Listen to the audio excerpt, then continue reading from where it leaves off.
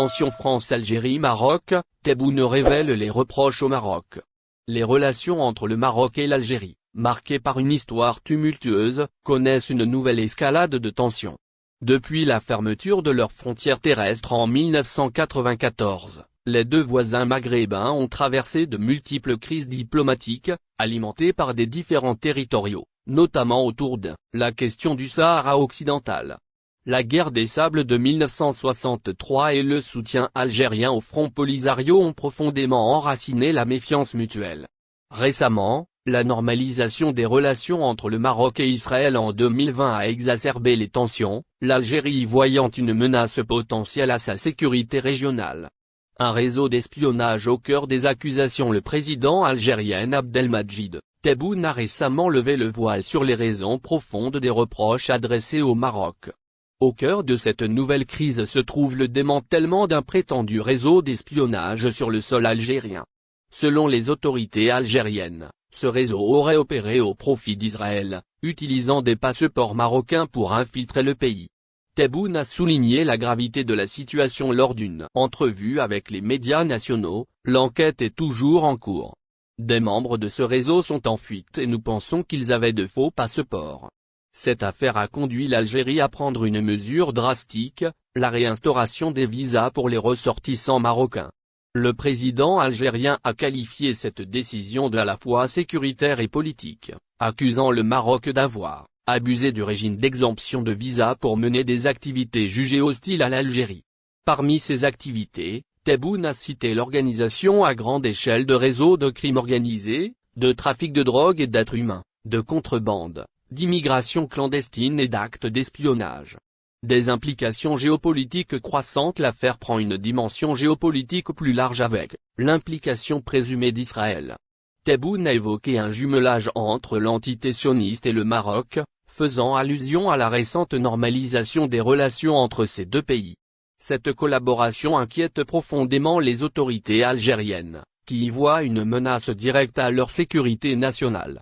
Le président a notamment exprimé ses soupçons concernant les motivations de ces présumés espions. Que viennent-ils faire chez nous, pour voir le port d'Oran, Mer el-Kébir avec des passeports d'un pays arabe dont les ressortissants peuvent entrer sans visa?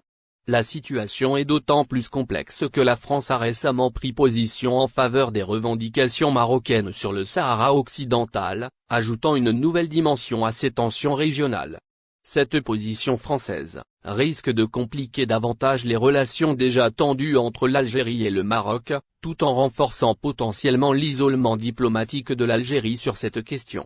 Malgré la gravité des accusations, Tebboune a tenu à rassurer quant au sort des Marocains vivant en Algérie. Il a démenti catégoriquement les rumeurs d'expulsion massive, affirmant « Nos frères marocains vivent parmi nous. Ils ne sont pas inquiétés. Ils sont parmi le peuple, personne ne sait s'ils sont marocains ou non.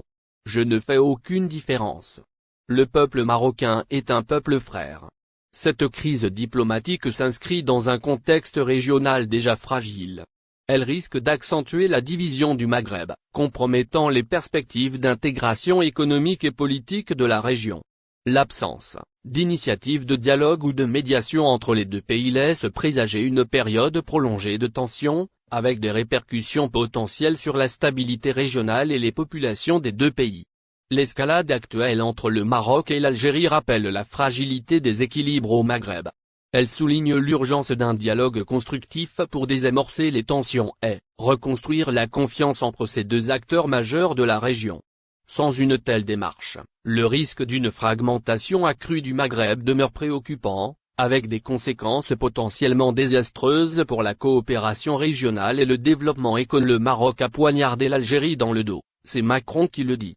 Le discours prononcé par Emmanuel Macron lors de sa visite officielle au Maroc a suscité une grande attention, notamment en Algérie, en raison de passages où le président français a évoqué des moments historiques sensibles entre la France, le Maroc, et l'Algérie. Invité par le roi Mohamed VI, la visite de Macron s'inscrit dans un contexte de rapprochement entre la France et le Maroc, mais ses propos sur la position marocaine lors de la guerre d'Algérie ont réveillé des tensions latentes. En effet, en évoquant le soutien du Maroc à la France contre l'Algérie pendant la période coloniale, Macron a touché une corde sensible, créant des réactions à la fois au Maroc et en Algérie. Dans son discours devant les membres des deux chambres du Parlement marocain, le président français a longuement abordé l'histoire commune entre la France et le Maroc, soulignant les liens historiques, culturels et politiques qui unissent les deux pays.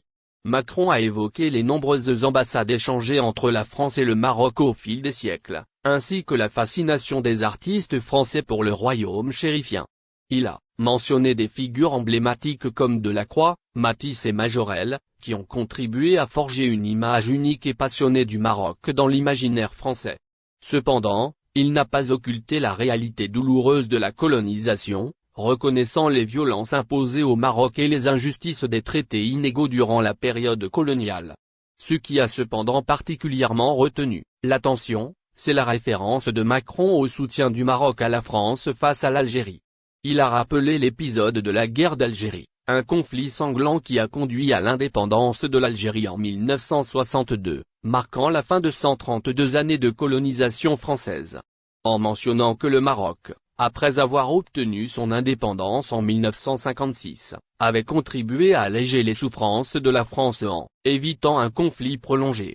Il fallut néanmoins encore plusieurs résidents généraux et le sombre épisode de la déposition du sultan Mohammed V et de son exil avant que la raison ne prévale. Mais la déclaration de la Saint-Cloud, le 6 novembre 1955, c'est là un nouveau temps. Oui, c'est par là que le Maroc et la France épargnèrent à leur peuple les 10 années de la guerre d'Indochine et les 8 ans de celle d'Algérie.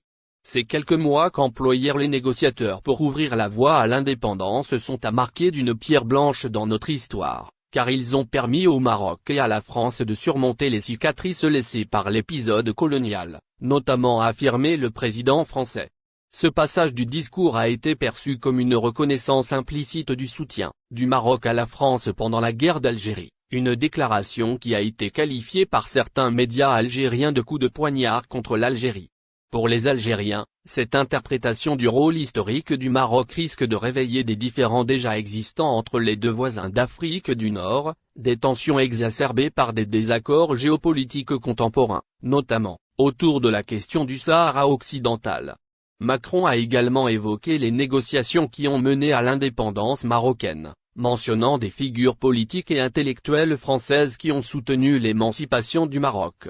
Il a cité des personnalités comme Louis Massignon et Jacques Berck, ainsi que des mouvements comme le Comité France-Maghreb, qui ont travaillé pour soutenir la décolonisation marocaine dans un esprit de respect et de compréhension mutuelle. Cette reconnaissance des efforts diplomatiques et intellectuels pour éviter une guerre longue et destructrice au Maroc contraste avec la réalité de la guerre d'Algérie, un conflit qui a laissé des cicatrices profondes de part et d'autre.